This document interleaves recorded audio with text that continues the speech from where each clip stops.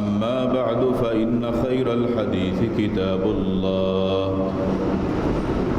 وخير الهدي هدي محمد صلى الله عليه وسلم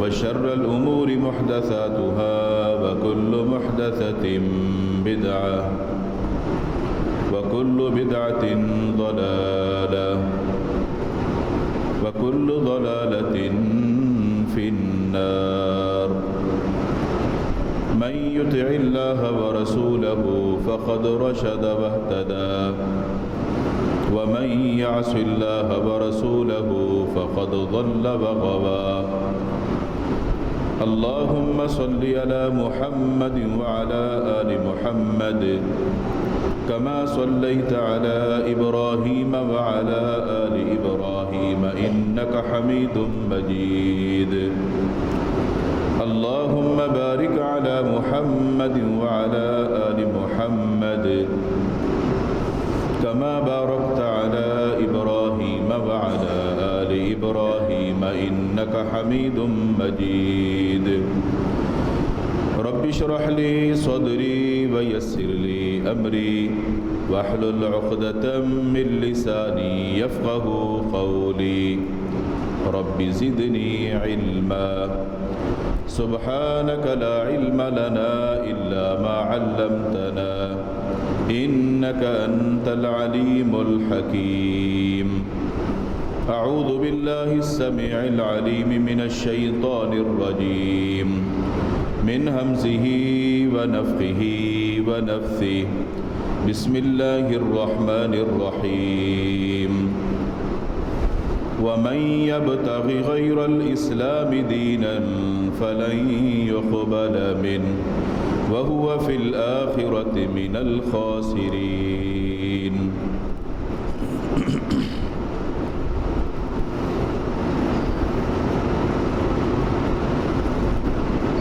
ہر قسم کی حمد و ثنا کبریائی بڑائی اللہ وحدہ لا شریک خالق کائنات مالک ارض و سما کے لیے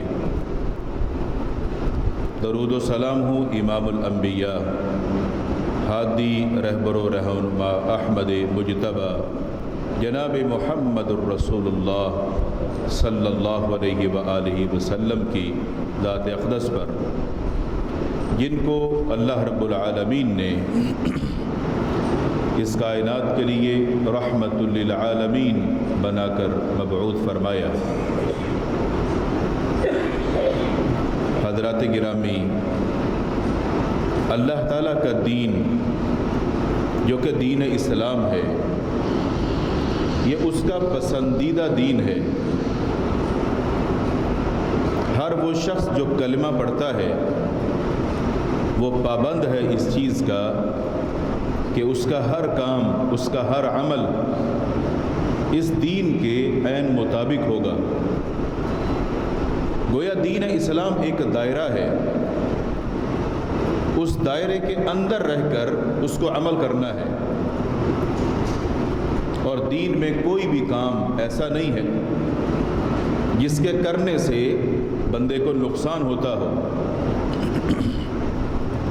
اور اللہ تعالیٰ نے جو چیز دین میں نہیں رکھی اس کے اندر اس کے بندوں کے نقصان تھے، اور جس میں فائدہ ہے اس کو دین میں جائز قرار دیا، اور اس دین کو اللہ نے اپنا پسندیدہ دین قرار دیا۔ جب یہ اللہ کا پسندیدہ ہے، اس کا ایک دائرہ ہے، اور جو کام اچھے نہیں تھے، اللہ کو پسند نہیں تھے، اس دین میں وہ نہیں رکھے گئے، اور یہ دین قیامت تک کے لیے ہے۔ اور اللہ تعالیٰ نے اپنے پیغمبر صلی اللہ علیہ وسلم کے ذریعے سے اس بات کو واضح کر دیا، وَمَن يَبْتَغِ غَيْرَ الْإِسْلَامِ دِينًا فَلَن يُقْبَلَ مِنْهُ،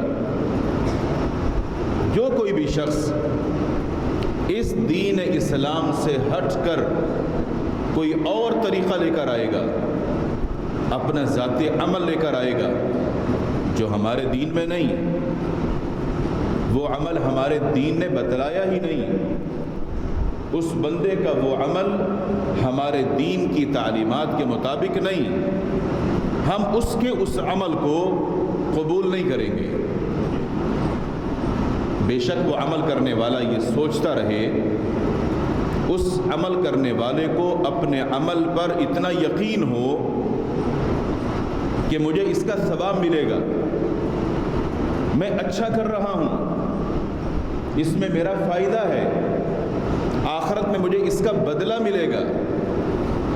اللہ رب العالمین نے واضح ارشاد فرما دیا وَهُوَ فِي الْآخِرَةِ مِنَ الْخَاسِرِينَ، آخرت میں اس بندے کو صرف خسارہ ملے گا، نقصان، اس کے عمل کا اس کو بدلہ اچھائی کی صورت میں نہیں ملے گا، سزا کی صورت میں ملے گا۔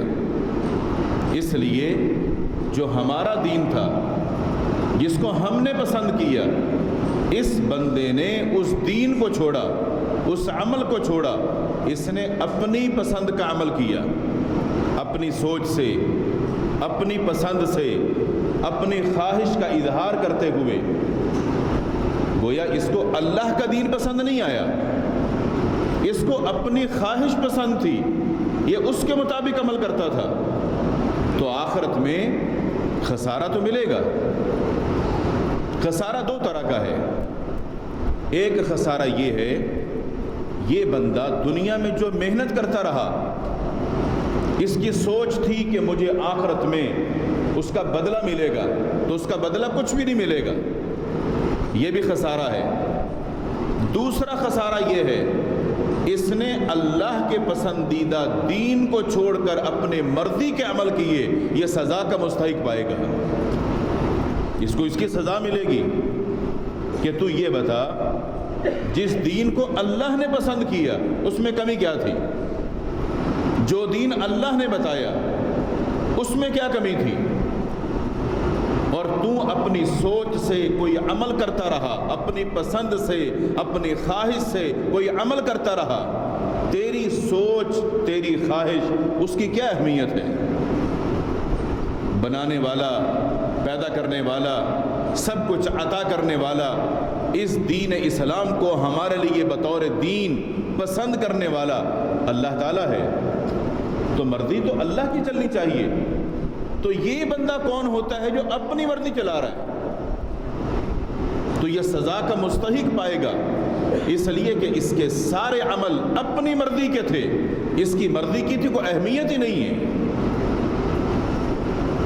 تو قیامت کے دن تو خسارہ ہوگا۔ اچھا، معاشرے کے اندر جو لوگ اس طرح کے اپنی پسند کے عمل کرتے ہیں، اس کے پیچھے کچھ وجوہات ہیں۔ یا تو وہ عمل کرنے والے کو کسی کو دیکھتے ہیں، اس کو دیکھ کر عمل شروع کر دیتے ہیں، اس کی بنیاد کیا ہے کچھ پتہ نہیں، یا وہ کسی سے سنتے ہیں اور پھر اس کو سن کر اس پر عمل شروع کر دیتے ہیں۔ یہاں سے بنیاد شروع ہوتی ہے ان کاموں کی، وہ کام جو قرآن و حدیث کے بالکل خلاف ہیں۔ عمل کرنے والے لوگ ہمیشہ اچھا سمجھ کر کرتے ہیں، نیکی سمجھ کر کرتے ہیں، دین سمجھ کر کرتے ہیں، ثواب سمجھ کر کرتے ہیں، مگر دین اسلام کی تعلیمات کے مقابلے میں ان اعمال کو کہا جائے گا کہ یہ عمل بدعت والے عمل ہے، یہ عمل بدعت ہے، ان کا دین میں کوئی تصور نہیں۔ جس مہینے سے ابھی ہم گزر رہے ہیں، جو اپنے آخری مراحل میں ہے، سفر کا مہینہ، اس میں بھی جو لوگوں کے ذہنی تصورات ہیں وہ بھی بے بنیاد ہیں۔ جو آگے آنے والا مہینہ ہے ربیع الاول کا، اس کے اندر تو بدعات عروج پر ہوں گی۔ اس لیے آج کے جمعے میں چند اہم ترین باتیں بدعت کے بارے میں، بدعت کی حقیقت کیا ہوتی ہے، اس پر آپ کی گوشگزار کروں گا تاکہ آپ کو صحیح پہچان ہو جائے بدعت کی، ایک عمل سنت ہوتا ہے، دوسرا عمل بدعت ہوتا ہے۔ سنت اور بدعت میں فرق کہاں پر ہوتا ہے؟ یہ آپ نے سن لیا کہ دین اسلام میں وہی عمل قابل قبول ہوگا جو اللہ کے دین کے دائرے میں ہوگا، وہ قبول ہے۔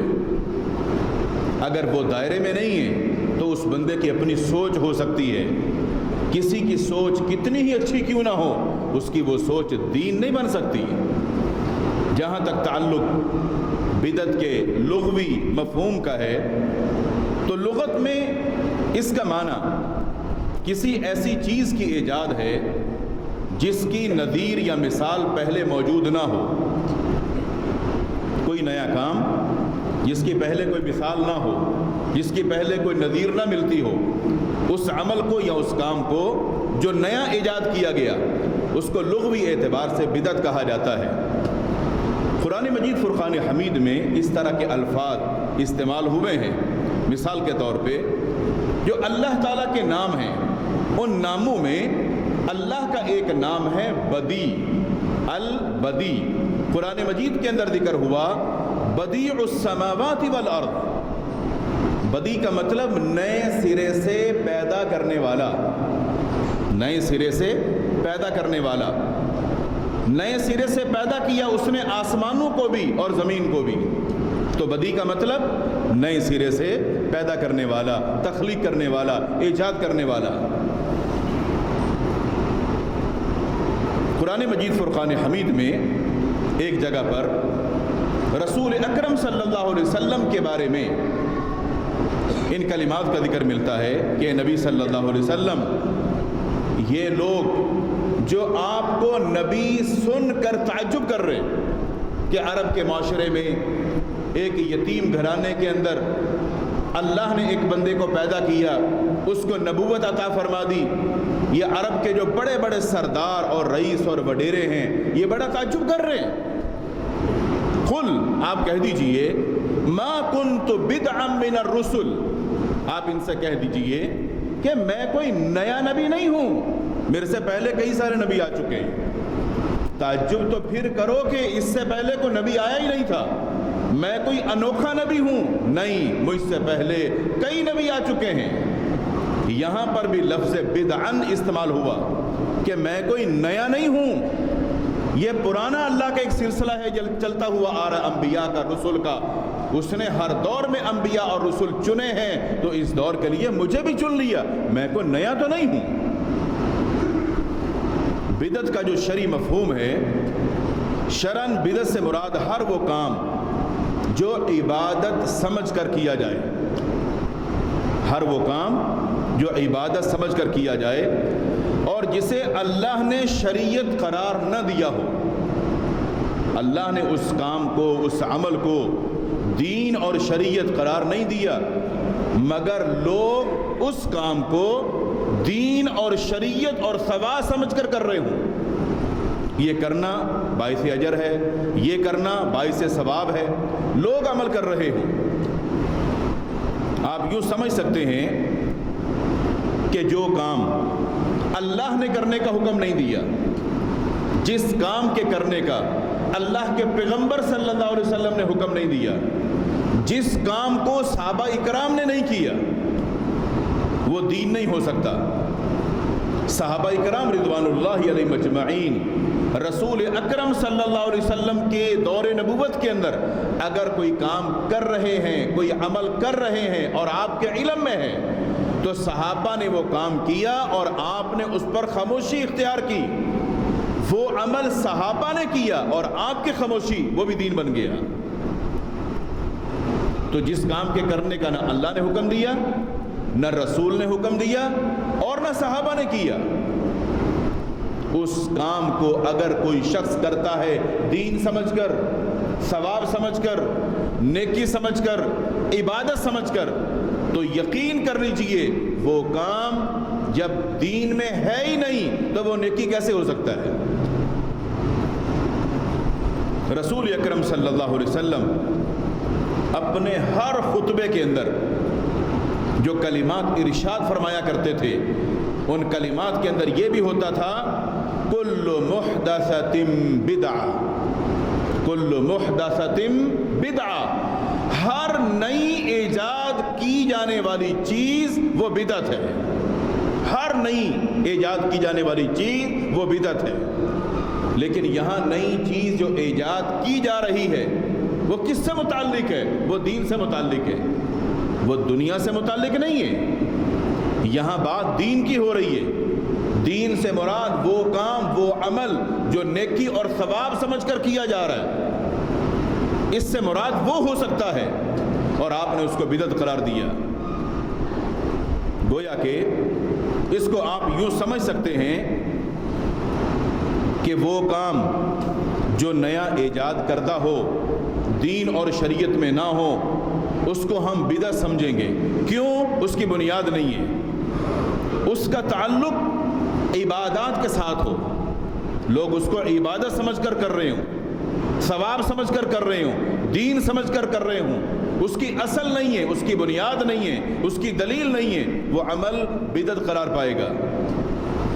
اور جب اس کی اصل قرآن و حدیث میں ہے ہی نہیں، تو وہ بندہ عمل کرنے والا کس بنیاد پر عمل کر رہا ہے؟ وہ اللہ تعالیٰ نے جو دین نازل کیا وہ اپنی پسندیدہ شخصیت جناب محمد الرسول اللہ صلی اللہ علیہ وسلم پر نازل کیا۔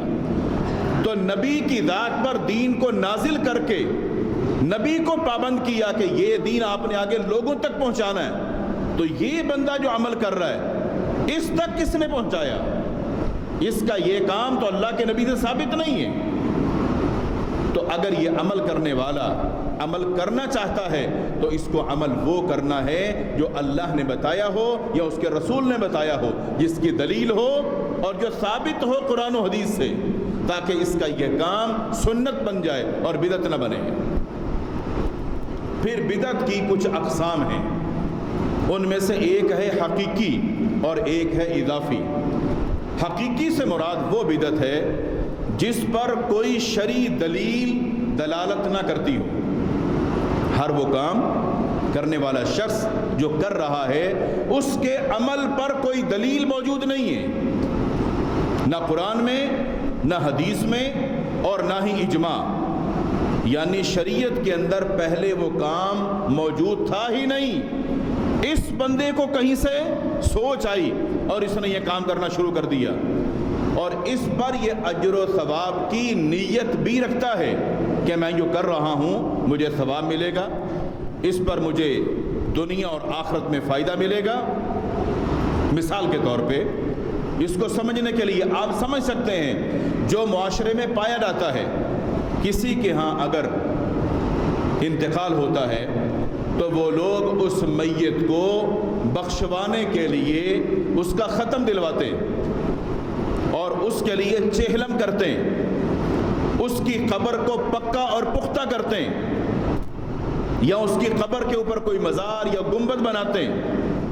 ان کاموں کو کرنے کا لوگوں کا مقصد یہ ہوتا ہے کہ میت کو فائدہ پہنچے،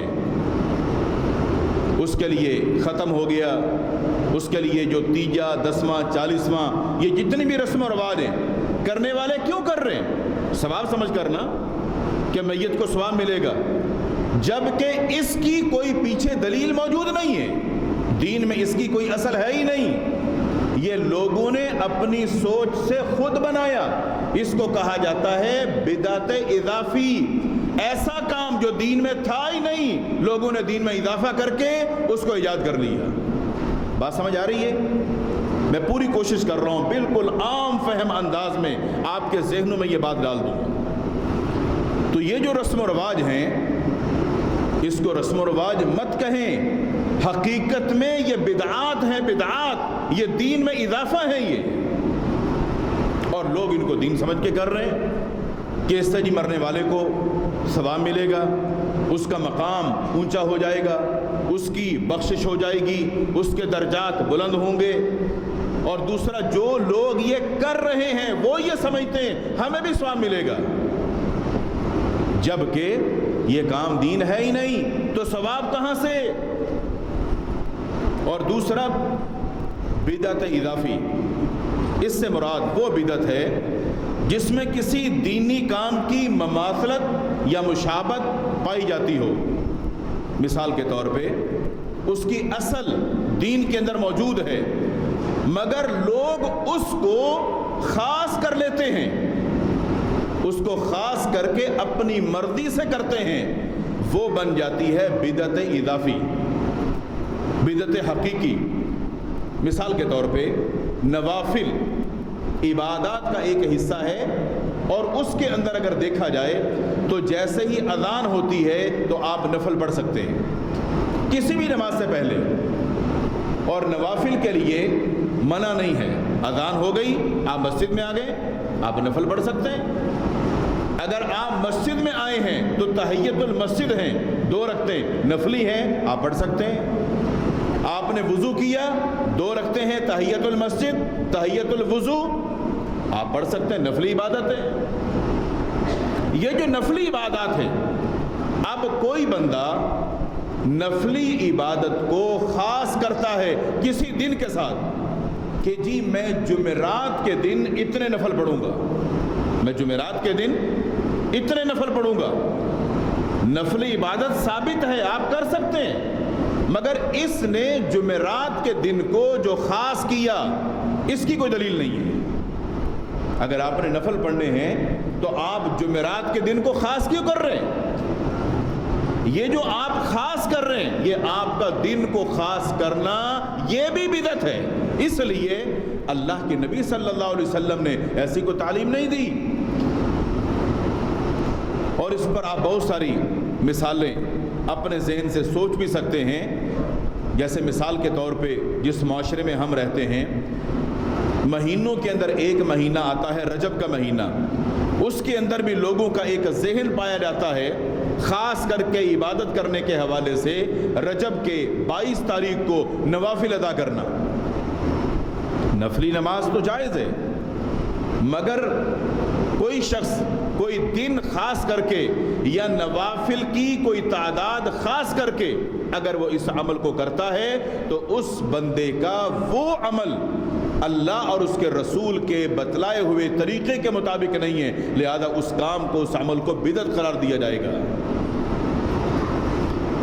اسی طرح شریعت مطہرہ نے نوافل، چاہے وہ نفلی روزے ہوں یا نفلی نماز ہو، اگر وہ کرنے کی اجازت دی ہے تو کوئی بندہ اپنے ذہن سے یہ سوچ کر کہ میں شعبان کی 15 تاریخ کو روزہ رکھوں گا، پوری رات میں عبادت کروں گا اور اگلے دن کا روزہ رکھوں گا، نفلی عبادت سمجھ کے کر رہا ہے۔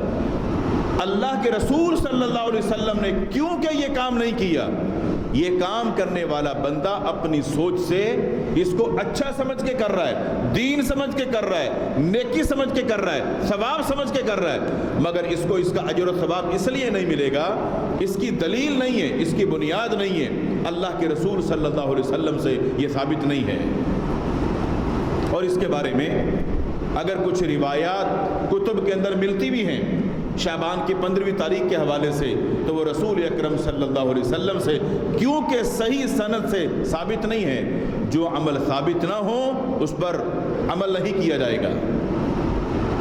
اسی طرح بدعت کی ایک قسم بدعت دینی بھی ہے، بدعت دینی، اس سے مراد یہ ہے ایسا کام جو عبادات اور دینی امور میں نیا ایجاد کیا گیا ہو اور اس کی نظیر قرآن و حدیث میں موجود نہ ہو، اس کو بدعت دینی کہا جاتا ہے، دین کے اندر اضافہ۔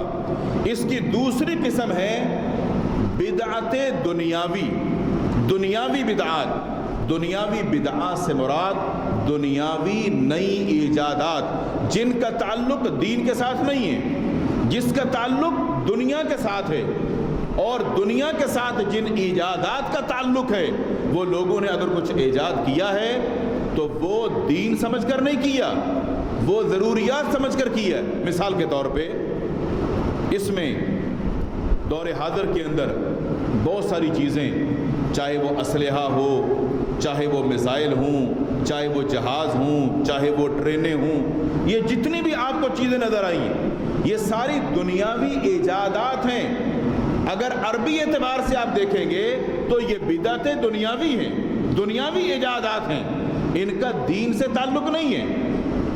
اگر کوئی بندہ یہ بولتا ہے کہ یہ جو پنکھا لگا ہوا ہے یہ تو اللہ کے نبی کے دور میں نہیں تھا، تو پھر یہ بھی بدعت ہوا۔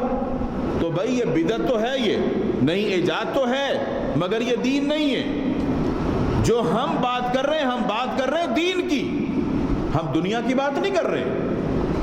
اگر دیکھا جائے پنکھا بنانے والے نے پنکھا بنایا ہوا کے لیے تاکہ لوگوں کو ہوا ملے گی، لوگوں کو فائدہ پہنچے گا، اس نے یہ دین سمجھ کر نہیں بنایا کہ میں پنکھا بنا دوں اور یہ پنکھا بنانا اس پر بھی اجر و ثواب ملے گا اور یہ بھی ایک دین کے اندر حصہ ہو جائے گا۔ اس کا دین کے ساتھ تو تعلق ہی نہیں ہے، یہ دنیاوی ایجادات ہیں۔ اور قرآن مجید میں ان دنیاوی ایجادات کی دلیل موجود ہے، اللہ نے اس کا ذکر کیا، یہ ٹرینیں، یہ پنکھے، یہ جو کچھ بھی ہیں اس کی دلیل موجود ہے۔ قرآن مجید خود بیان کرتا ہے والخیل والبغال والحمیر لترکبوها وزینہ ویخلق ما لا تعلمون۔ گدے، گھوڑے، خچر، یہ سب ہم نے تمہاری سواری کے لیے بنائے اور ہم نے بہت کچھ پیدا کر دیا جس کو تم نہیں جانتے ہو۔ اللہ تعالیٰ نے اپنے علم کے اندر وہ سب کچھ پیدا کر دیا۔ اللہ تعالیٰ جس بندے کو اس تک رسائی دے گا وہ بندہ اس ایجاد کو بنا لے گا۔ اور آج آپ دیکھ رہے دنیاوی اعتبار سے یہ جتنی چیزیں ایجاد ہو رہی ہیں یہ دنیاوی بدعات ہے، دنیاوی ایجادات ہیں۔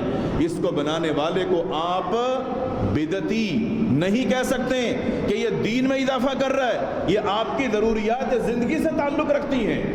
اور ضروریات زندگی میں جو چیزیں بھی انسان کی ضرورت کی ہیں یہ ساری کی ساری ایجادات ضرورت کے تحت ہی ایجاد ہوتی ہیں، اور اس کو کوئی بھی غلط نہیں سمجھتا اور کوئی بھی شخص یہ نہیں کہتا کہ یہ کوئی دین کے اندر اضافہ ہو رہا ہے، دنیاوی چیزوں میں اضافہ ہو رہا ہے اور اس کی دلیل موجود ہے۔ اللہ تعالیٰ نے ان کو پیدا فرمایا، لوگوں کو اس تک رسائی دی اور لوگوں نے اپنے فائدے کے لیے ان چیزوں کو بنایا۔ اسی طرح رسول اکرم صلی اللہ علیہ وسلم نے ایک موقع پر صحابہ کرام سے بھی دنیاوی امور اور معاملات کے بارے میں ارشاد فرمایا تھا، انتم اعلم بامور دنیاکم، کہ تم لوگ دنیاوی معاملات کو زیادہ جانتے ہو۔ اللہ کے رسول صلی اللہ علیہ وسلم نے اپنے مقابلے میں صحابہ کرام سے فرمایا کہ تم دنیاوی امور اور معاملات کو زیادہ جانتے ہو۔ آپ جانتے ہیں کہ ہر معاشرے میں، ہر طبقے میں کچھ لوگ ہوتے ہیں جو ان معاملات کو ایک دوسرے سے زیادہ جان رہے ہوتے ہیں، ان کی معلومات زیادہ ہوتی ہے۔ تو دنیاوی امور اور معاملات کے اندر رسول اکرم صلی اللہ علیہ وسلم نے صحابہ کرام کے بارے میں فرمایا کہ تم اس کو زیادہ جانتے ہو۔ تو آج بھی اگر کوئی بندہ زیادہ جاننے کی کوشش کرے گا تو نئی نئی چیزوں کو ایجاد کرے گا، اور اس کا یہ نئی چیزیں ایجاد کرنا یہ کوئی گناہ کا کام نہیں ہے، یہ ضرورت کے تحت ہے، اور دنیاوی ضرورت کے لیے ہر بندے کو کوشش کرنی چاہیے۔ جہاں تک تعلق دینی اعتبار سے بدعت کا ہے اس سے بچنے کی کوشش کرنی چاہیے۔ انہی اقسام میں سے ایک اس کی قسم ہے بدعت مکفرہ۔ بدعت مکفرہ، اس سے مراد وہ بدعات ہیں جس کا ارتکاب کرنے سے انسان دائرہ اسلام سے خارج ہو جاتا ہے۔ اگر کوئی شخص ان کا ارتکاب کرے گا تو دین اسلام سے وہ خارج ہو جائے گا، اور اس میں جو اصول دین اور عقائد ہوتے ہیں گویا کہ اس بندے نے ان چیزوں کو بالکل چھوڑ دیا اور اس بدعت کا اس نے ارتکاب کیا جس میں نہ اس کا ایمان سلامت رہا نہ اس کا عقیدہ سلامت رہا۔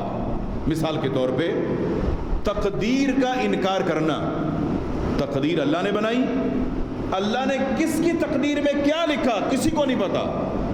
اگر کوئی شخص انکار کرتا ہے کہ جی میں تقدیر کو مانتا ہی نہیں ہوں، تو یہ تقدیر کو نہ ماننا یہ بدعت مکفرہ ہے، یہ بندہ یہ کر کے اسلام سے خارج ہو جائے گا۔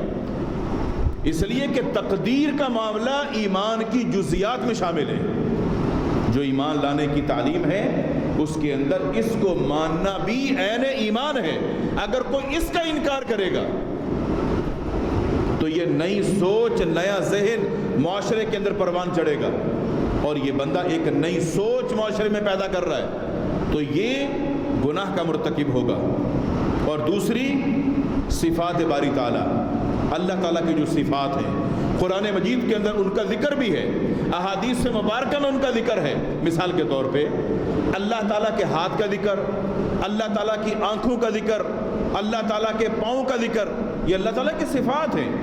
اللہ تعالیٰ کے کانوں کا ذکر، مگر اللہ کی جتنی صفات ہیں وہ کیسی ہیں؟ جیسی اللہ کی شان کے لائق۔ اللہ کی جتنی صفات ہیں وہ ساری اللہ کی شان کے لائق، ان پر کوئی تمثیل نہیں، اس کے لیے کوئی مثال نہیں۔ اگر کوئی شخص اس کا انکار کر دے کہ جی نہیں اللہ کے ہاتھ کیسے ہو سکتے ہیں، ہم نہیں مانتے، اللہ کے کان کیسے ہو سکتے ہیں، جی ہم نہیں مانتے، اگر کوئی انکار کرے گا تو یہ بدعت مکفرہ ہوگا، یہ بندہ دار اسلام سے خارج ہو جائے گا۔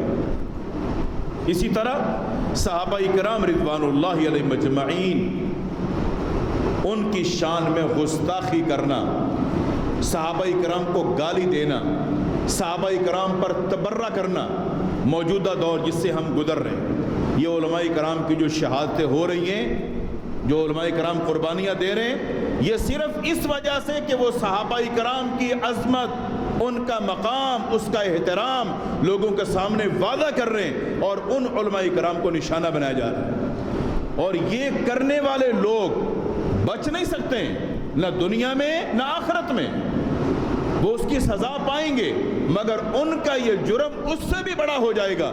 ایک تو یہ صحابہ کرام کو گالیاں دے رہے ہیں، اگر اس پر کوئی بندہ آواز بلند کر رہا ہے اس کو راستے سے بھی ہٹا رہے ہیں، تو جرم ڈبل ہوا یا نہیں؟ تو ایسا کرنے والے لوگ، ان کا دین اسلام سے کوئی تعلق نہیں ہے، یہ اس کو کیا سمجھتے ہیں، آسان سمجھتے ہیں کہ صحابہ کرام پر زبان کھولی جائے۔ اسی طرح بدعت کی ایک قسم بدعت مفسقہ، اس سے مراد وہ بدعت ہے جس کا مرتکب اگرچہ دار اسلام سے خارج تو نہیں ہوتا، البتہ فاسق یعنی نافرمان اور گناہگاروں کی لسٹ میں شامل ہو جاتا ہے، کیونکہ یہ بدعت ہے۔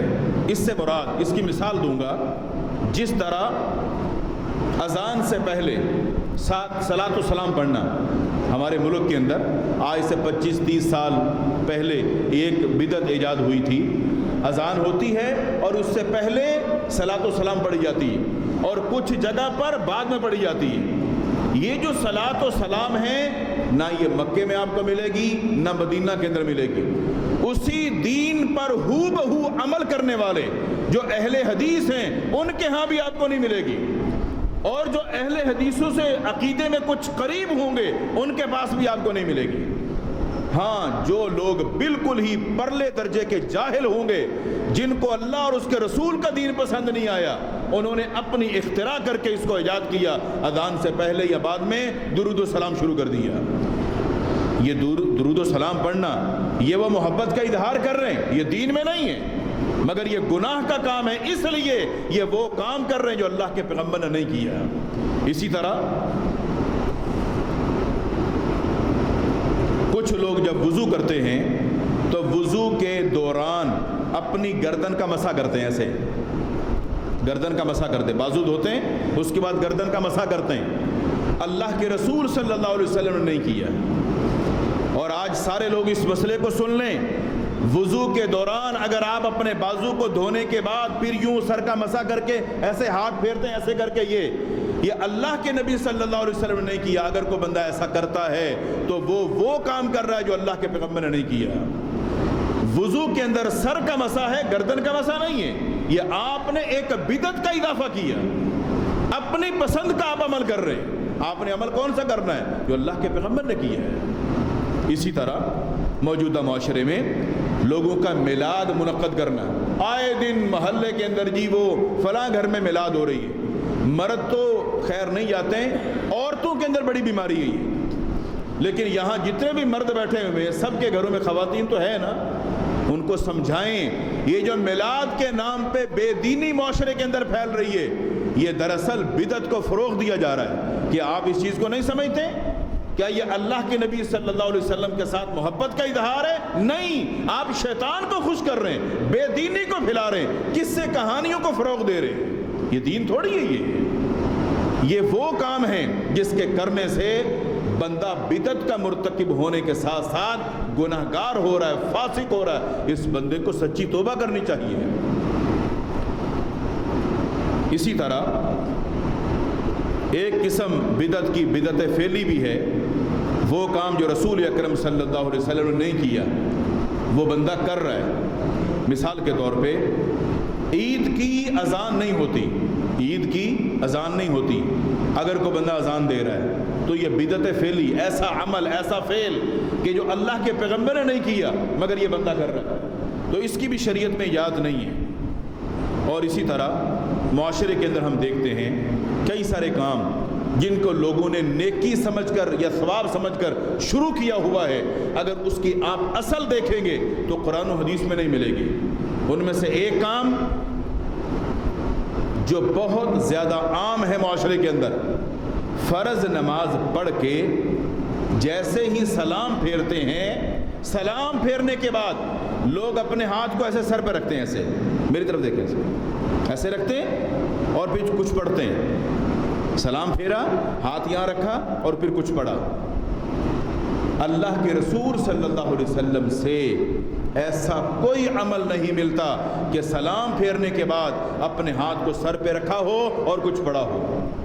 جو لوگ یہ عمل کر رہے ہیں وہ تھوڑا سا سوچیں، جو دین اللہ کے نبی لے کر آئے اس میں تو یہ کام نہیں ہے۔ آپ کو کہاں سے ملا؟ قرآن میں نہیں ہے، حدیث میں نہیں ہے، صحابہ نے نہیں کیا، آپ کہاں سے لے کر آئے؟ کیا آپ کو اللہ اور اس کے رسول کا دین پسند نہیں ہے؟ کیا آپ کو یہ جو اپنا طریقہ ہے کیا آپ کو یہ پسند ہے؟ تو قیامت کے دن اگر اللہ نے پوچھ لیا یہ تم کیوں کرتے تھے تو کیا جواب ہوگا؟ یہ وہ کام ہیں جو دین کے اندر ثواب سمجھ کر کیے جا رہے ہیں، جبکہ دین کے اندر اس کی بنیاد ہی نہیں ہے۔ مزید گفتگو انشاءاللہ اگلے جمعے ہوگی، اور یہ بدعت فروغ کیوں پاتی ہے، اس کی کیا وجوہات ہیں، اس پر بھی انشاءاللہ اگلے جمعے گفتگو ہوگی۔ اللہ تعالیٰ سے دعا ہے اللہ تعالیٰ ہم سب کو دین سمجھ کر اصلاح کرنے کی توفیق عطا فرمائے۔ وآخر دعوانا الحمدللہ رب العالمین۔